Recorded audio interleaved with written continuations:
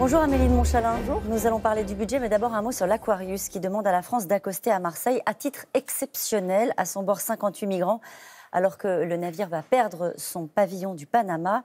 Peut-on le laisser accoster avec ces 58 migrants le temps qu'il retrouve son pavillon ? Alors, je crois que la méthode que nous cherchons à pousser, c'est toujours la même. C'est de considérer qu'il faut absolument que cette solution soit concertée au niveau européen.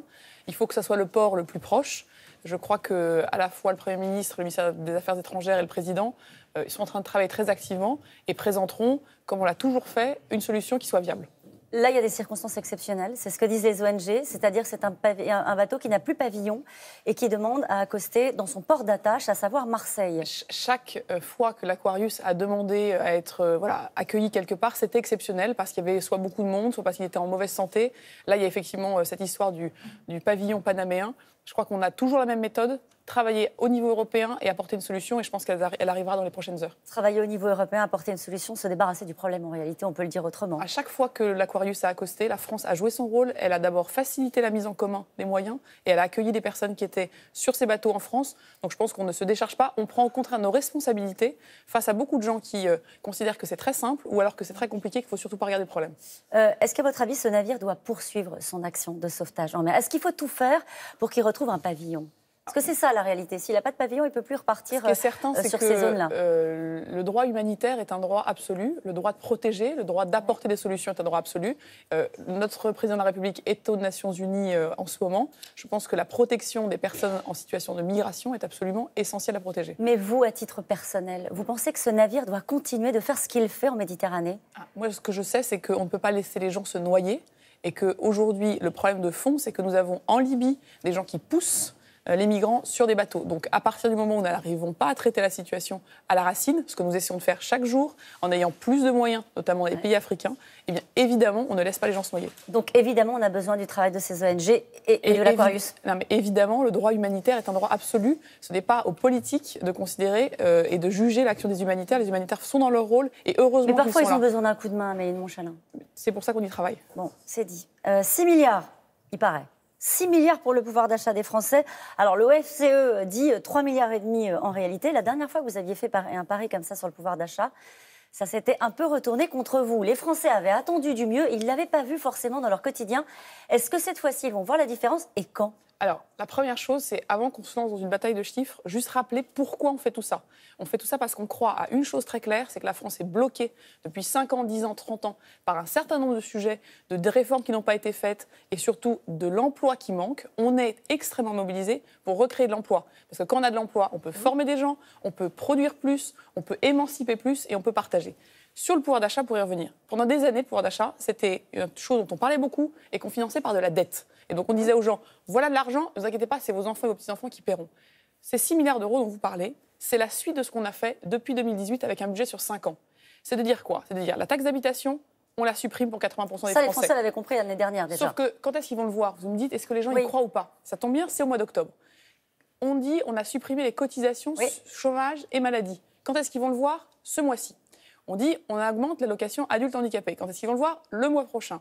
On dit, on veut que la prime d'activité augmente. Quand on est au SMIC, aujourd'hui, on a à peu près 130 € quand on est célibataire sans enfant, tous les mois, parce qu'on est accompagné d'activité. Cette prime d'activité va augmenter de 20 €. Quand ça ? Ce mois-ci. Donc les résultats, c'est là, à très court terme. Donc effectivement, ce qu'on a fait, c'est qu'on a fait 2 choses. On est parti de notre projet, ce qu'on avait expliqué aux Français qu'on voulait faire.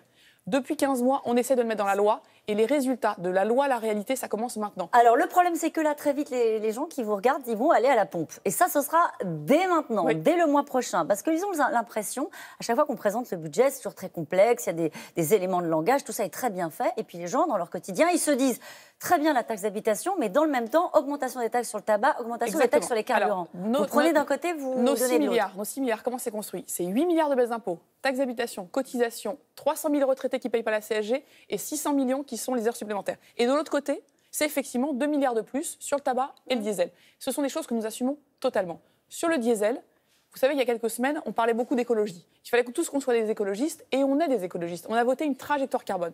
Prenons le prix du diesel. Un tiers de la hausse que les Français vivent, et que nous vivons tous, c'est lié à notre politique, c'est d'augmenter le prix du carbone, de faire en sorte que quand on pollue, on paye plus. Les 2 tiers, c'est la géopolitique. Mais contrairement à ce que disent les oppositions, on n'a pas laissé les Français seuls devant le problème. on a mis en place quelque chose qui s'appelle la prime à la conversion. 200 000 voitures qui sont changées, 70%... Qu'est-ce que vous faites des recettes ? 70% juste de ces 200 000 voitures. Des recettes, c'est-à-dire vous augmentez le prix sur les carburants. Ce serait être totalement écolo, ce serait de dire ces recettes-là, elles seront fléchées pour faire du durable, par exemple. Qu'est-ce qu'on fait ? On fait 1 milliard d'euros d'augmentation du budget de l'écologie. On va rénover les routes. On va investir dans la recherche, notamment, pour qu'on puisse produire autrement de l'énergie, pour qu'on puisse... Donc, notre budget... Bien sûr que ça arrive dans le budget et on le réutilise. Aujourd'hui, les politiques publiques qu'on mène sur la transition des transports, la transition de l'agriculture, la transition de la production industrielle, c'est bien sûr financé par les recettes qui viennent notamment du prix du diesel qui a augmenté. Sur le tabac, je veux juste faire un point. Oui. On a 73 000 personnes qui meurent tous les ans parce qu'ils ont fumé. Je pense que c'était une politique de santé publique que d'en augmenter le prix. Est-ce que c'est un budget pour les classes moyennes ? C'est un budget pour les classes moyennes, c'est un budget pour tous les Français qui travaillent. C'est un budget pour que ceux qui, tous les matins, se lèvent, ont l'impression depuis des années de payer des impôts et de payer des impôts, soient beaucoup mieux répartis. Ce qui est très intéressant, c'est que ce qu'on essaye de faire, c'est une politique finalement de justice. C'est de dire, dans notre pays, pourquoi on parle du travail ? Parce que qui finance les retraites ? Ceux qui travaillent. Qui finance l'assurance chômage ? Ceux qui travaillent. Qui finance l'assurance maladie ? Ceux qui travaillent. Qui permet... C'est rude pour ceux qui ne travaillent pas, qui vous écoutent ce matin et qui se disent on sert quand même à quelque chose, on a participé à l'effort collectif. Si vous parlez des retraités, oui. Mais les retraités, aujourd'hui, on n'est pas en train d'opposer les Français les uns aux autres. Pour que les retraites augmentent, il faut qu'il y ait du travail. Quand même, Amélie de Montchalin. Quand vous dites, en gros, on a décidé de mettre le paquet sur les actifs, sur ceux qui travaillent. Mais c'est là où je voudrais qu'on en revienne à quelque chose d'essentiel. Oui. Les retraites... aujourd'hui, sont payés par le travail. Pourquoi on augmente les retraites de 0,3 %? Bien sûr que j'aimerais les augmenter de 2 %, mais je ne peux pas aujourd'hui le faire autrement qu'en regardant ceux qui travaillent, ceux qui le permettent de produire. Donc notre combat, les entreprises. Plus de travail, plus de retraite. Un mot sur les entreprises. 18 milliards pour les entreprises avec le transfert du CICE en baisse de charges pérenne. Est-ce qu'à ces montants-là, on peut être dans le donnant-donnant? Ou est-ce qu'il reste juste la confiance? On dit aux entreprises... Voilà, il y a des signaux très forts qui sont envoyés en direction des entreprises. Vous avez parlé tout à l'heure de création d'emplois. Est-ce que le donnant-donnant, ce serait si choquant? Mais aujourd'hui, on a signé 1 million de CDI au deuxième trimestre, du jamais vu. On recrée 5 000 emplois dans l'industrie, du jamais vu depuis 20 ans. On a l'investissement qui est reparti au deuxième trimestre, on a les robots et le numérique, comme on n'a jamais fait en France depuis des années, depuis des décennies. Donc le donnant-donnant, c'est quoi? C'est de dire aux entreprises, on vous donne les moyens d'embaucher, on vous donne les moyens d'investir, vous investissez, vous embauchez, vous créez notre croissance de demain, parce que sans vous, la France ne peut pas fonctionner, et sans travail, je le répète, il n'y a pas de retraite, il n'y a pas de chômage, il n'y a pas d'assurance maladie. Notre système, il est assis sur le travail et c'est ça qu'on valorise. Merci beaucoup Amélie de Montchalin. Merci. Ça vous le rend.